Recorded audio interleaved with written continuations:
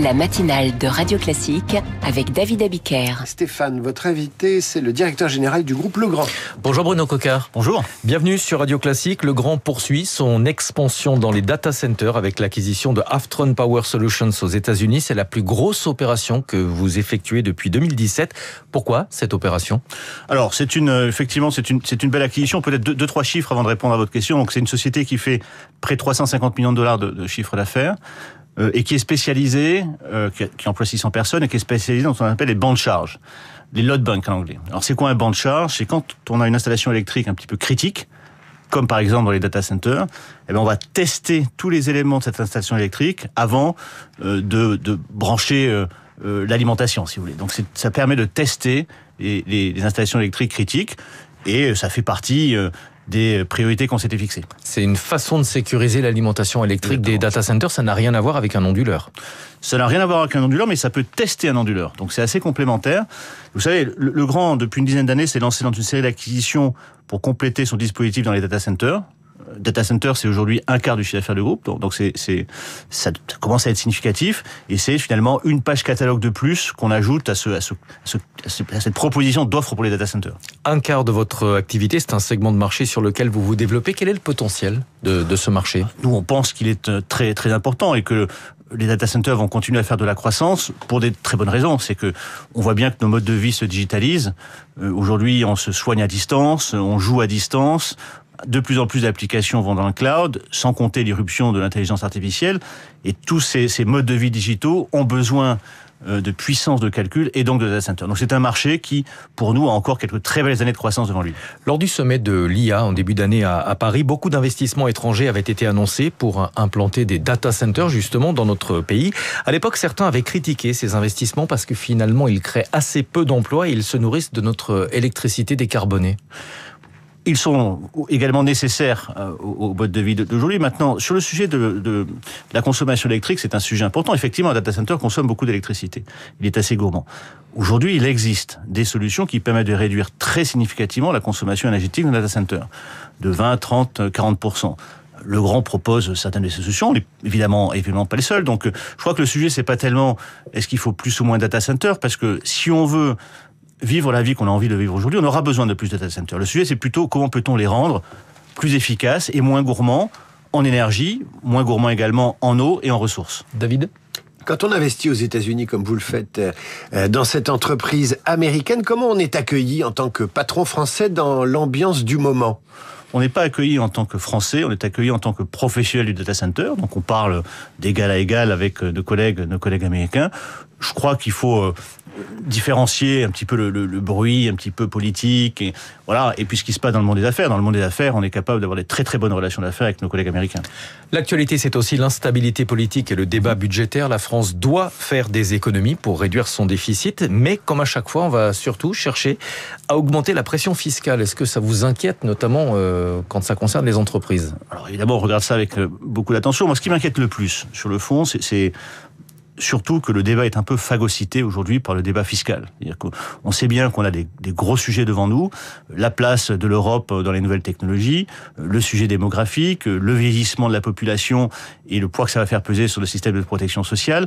On a comme ça des grands enjeux, des gros sujets de société, et je trouve qu'on passe un peu trop de temps, alors c'est l'actualité qui le veut, mais un petit peu trop de temps à parler de la taxe A ou la taxe B et un peu moins de ces sujets de société. Vous irez à la manifestation des entrepreneurs qui est organisée par le MEDEF le 13 octobre ? Non, c'est pas au programme. Vous savez, quand on fait une acquisition comme celle qu'on vient d'annoncer et quand on est dans cette dynamique un peu de développement, on a beaucoup de clients à aller voir, beaucoup d'équipes à motiver, et c'est plutôt à ça que je vais consacrer mon temps les semaines qui viennent. Votre agenda est déjà bien rempli. Cette semaine a été marquée par la publication d'une étude sur la fuite des cerveaux. Est-ce que vous avez des difficultés à recruter, vous qui employez beaucoup d'ingénieurs ? On n'a pas de difficulté à recruter. On fait plutôt partie, je pense, aujourd'hui, des champions français qui attirent des talents. Vous savez, aujourd'hui, se dire qu'on est dans une société qui fait de la croissance, comme Legrand, je vous rappelle les chiffres, on faisait 5 milliards d'euros en 2017, on vise 15 en 2030, donc c'est une très belle trajectoire de croissance. D'être dans ce domaine du data center où la technologie évolue très très vite. Je pense que c'est plutôt un facteur aujourd'hui d'attractivité. Et pour répondre très factuellement à votre question, on n'a pas de difficulté à recruter. Avec Michelin, vous êtes les seules entreprises du CAC dont le siège n'est pas implanté à Paris ou en région parisienne. Vous êtes basé à Limoges. Est-ce que vous avez le sentiment d'être différent, peut-être davantage connecté aux régions ? Par nature, on l'est. Et effectivement, je pense que les entreprises comme Legrand, comme Michelin, mais toutes les PME également de province, ont une connexion avec ce qui se passe dans les territoires qui peut être intéressante. Voilà, maintenant, on ne se définit pas nécessairement comme une entreprise limougeaud, on se définit comme une entreprise mondiale. On fait 88% de notre chiffre d'affaires en dehors de France. On a des implantations aux États-Unis, en Inde, au Brésil, sur tous les pays du monde. Donc aujourd'hui, Legrand est un peu plus, je pense, qu'une entreprise limougeaud. Mais est-ce que c'est difficile d'opérer une entreprise au niveau mondial quand on est situé en région, ne serait-ce que pour les déplacements ? Il y a quelques contraintes. Et vous savez qu'on a eu des discussions avec la SNCF. Ensuite, je pense aussi que ça diffuse dans l'entreprise une culture de simplicité, de proximité managériale qui peut être intéressante quand on a des ambitions mondiales. On sort d'un mouvement social hier, même s'il se dégonfle un peu. Comment vous le ressentez, vous, justement, à Limoges ou dans votre écosystème, cette nervosité des salariés, ces revendications autour du pouvoir d'achat ? Je crois il faut les entendre. Donc nous, les entreprises, on a notre rôle à jouer.